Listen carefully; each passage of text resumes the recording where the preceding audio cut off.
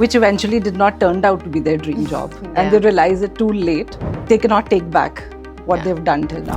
What is the methodology that you use so that kids or even adults, young adults, are able to identify their skills and passion? What are the top 5 countries that they usually end up going to? So number 1, of course, US, Canada, Australia, UK, and Germany, of course. As per the India's Ministry of External Affairs, as of 2023, there are about 1.6 million students studying abroad. The numbers are a little alarming, right? Chale to gaye. But it also says that 60 to 70% of these kids, once they complete their education, they end up coming back. Career counselling benefits anyone at any stage of life. It's absolutely a fact.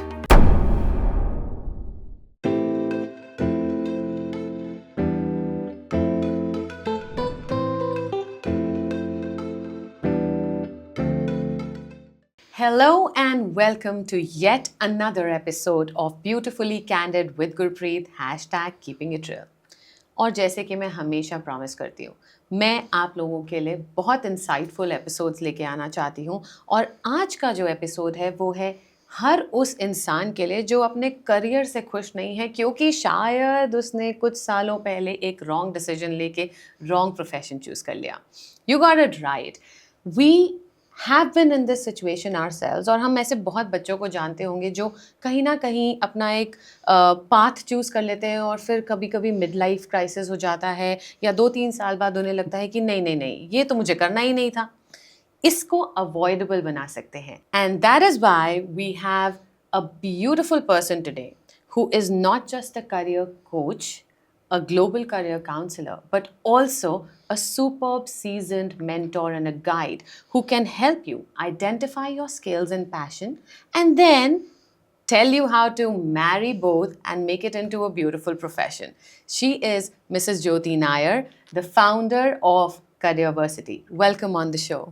Thank you so much, Gurpreet. You've really set the tone really well. So yes, I'm delighted to be here and share the insights with your listeners. We are excited to have you as well. Thank you. Ma'am आप ये बताइए कि career counselling, global career, mentorship, how did you get the inspiration to get into this profession? So Gurpreet, I have been into this area of education for more than 20 years.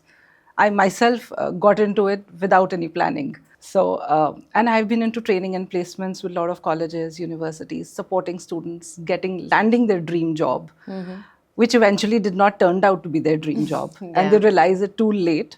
They cannot take back what they've done till now. So that's how I got an interest in why not do something which could help them know what they want to do early in school, maybe, because that's the time when you decide which stream to take. Class 10th is if you take a very important decision of your life. That's the first step.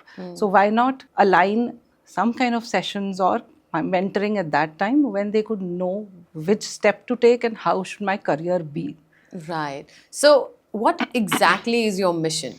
So my mission, I would say, is to help maximum students know what their passion is and follow their passions and be successful. It's not about only career, it's about to being happy in their career as well.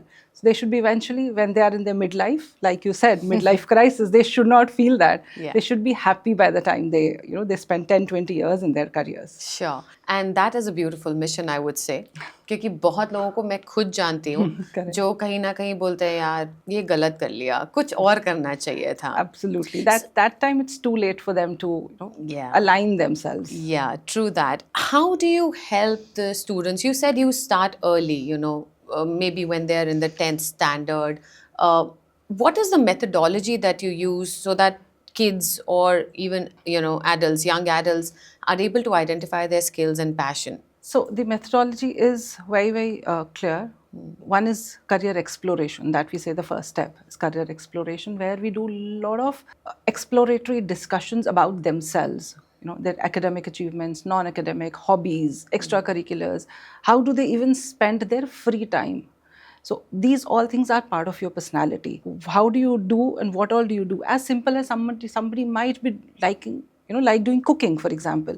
But it's a part of your personality and shows some traits. So a combination of all that, again, with the personality psychometric test, the personality assessment test, a combination of all, correlating each and everything, is we again sit back with the parents, explain them these are the things which your kid has, and excelling for a career, he needs to have all three things: your aptitude, your motivators, and your interests.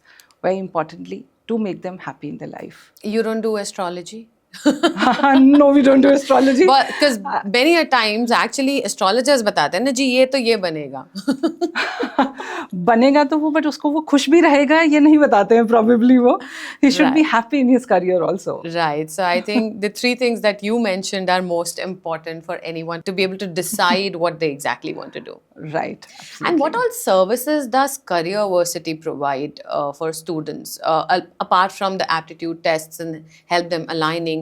Do you also provide job placements internationally and within the country, or what else is done by Careerversity? So we are a pure career counseling services, and we help students only to know about their career choices, and help them in admissions. No, we don't do placements, we don't do job placements at all, but we make you career ready. If you know that what areas you should be going in, what kind of streams you should be choosing, if you will eventually land in a good job. So for counseling services, schools, college students picking up the right post-graduation, what kind of colleges should I be applying for, how should I be preparing for the interview for the university admissions, interviews, visa preparations, for study abroad services in terms of which country should I be going in for, which course should I be choosing. These are the services which we help students with. Right. And what are some of the biggest challenges that you have observed that students face, when it comes to transitioning from education to workforce? Okay, that's the biggest, undoubtedly that's the biggest challenge, especially these times. Students most of the time are living in a very different world when they are in the college. They have this perception that, I will have a red carpet when I get into the corporate. I'll get a corner office, a cabin, a system, and I just have to sit and do. But that's not what a reality is. So most of the time they don't have reality. So telling them what about, so this is the biggest challenge which even students are facing and corporates are facing for sure. So what we help them doing is tell them what reality check is. We tell them that during graduation, do a lot of internships, go to the corporates, work for them, even if it's without stipend, but get some exposure. Do a lot of legwork, a lot of running around to know how the businesses work. That's first. We also tell them to take up a lot of mentorship from the industry. Pick up a mentor of the area where you want to get in. So you know what are areas where you can get into, explore it with people, network a lot. So these are few of the things which we advise to the students. Right. And, I was reading somewhere that as per the India's Ministry of External Affairs, as of 2023, there are about 1.6 million students studying abroad. Exactly. Right. What are the top 5 countries that they usually end up going to? So number one, of course, US, Canada, Australia, UK, and Germany, of course. These are the countries where most of the students, basis which course they want to pick up, the students have been going to. And why are these countries preferred choices? In terms of the education system, the research facilities which these countries have is amazing. Okay. The infrastructure, the kind of global exposure which you get, you probably would not get in the other countries. Okay. But yes, there are some few upcoming countries as well which are coming up, great universities and great places to study. Even those are the ones. Right. But again, the numbers are a little alarming, right? Chale to gaye. But it also says that 60 to 70% of these kids, once they complete their education, they end up coming back. How do you help the students to avoid this situation, right? Because they end up spending so much money. Correct. Emotionally exhaustion ho jata hai, right? Because you're alone, you're managing your studies, you're probably doing some jobs there to match up to your fees, etc. And then coming back is obviously demotivating for anyone, right? Absolutely. Aapki organization or your company, how does it help to prepare them so that they stay if they have taken that decision? So, Gurpreet, most of the cases, students are very clear कि मुझे बाहर क्यों जाना है. And maximum reason is they want to settle there. They want to start working and settle. Yeah. Most of the cases, they don't do their research well or probably not guided well. So, if student says मुझे बाहर जाना है, they need to pick up the right country which will offer them the right course, which has employment opportunities there. Yeah. A country which has a good post-study work visa opportunities.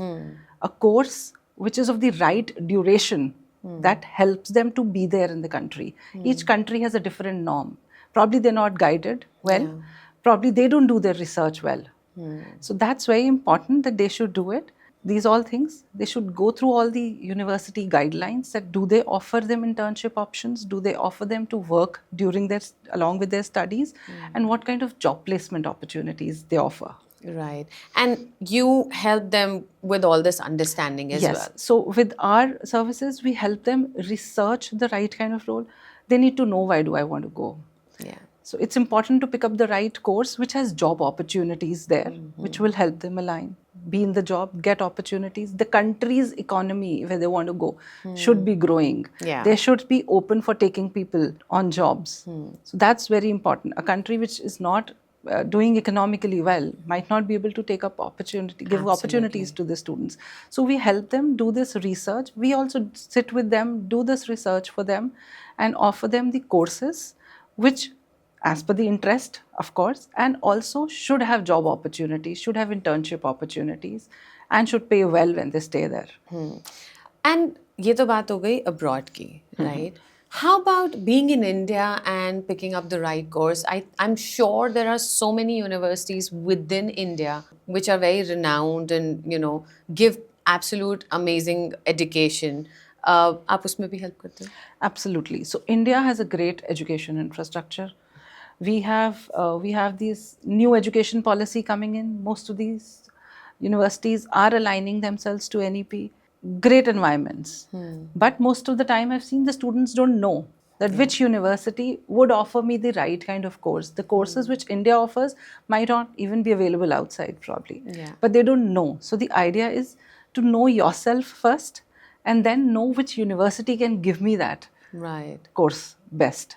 What are the top 5 courses that are coming in now, like which are going to boom in the next 5 years? Technology, absolutely.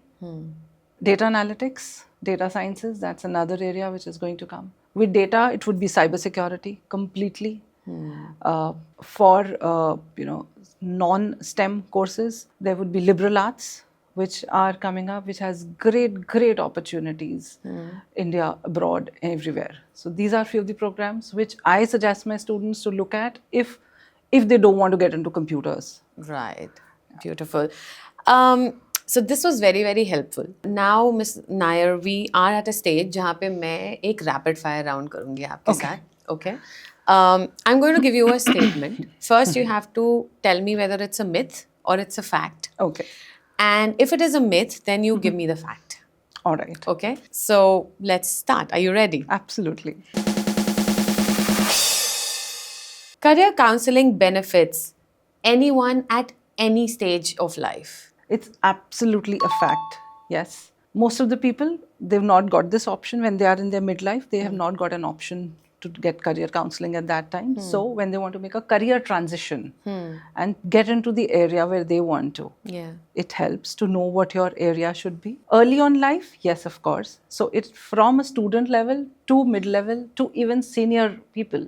It helps. Wow. And I would like to ask you a question on this. So if, let's say there's somebody who's at the age of 45, right, has spent in their entire life in a corporate world, but they still feel कि यार ये तो मेरा passion था ही नहीं, बस मैंने जीवन निकाल दिया.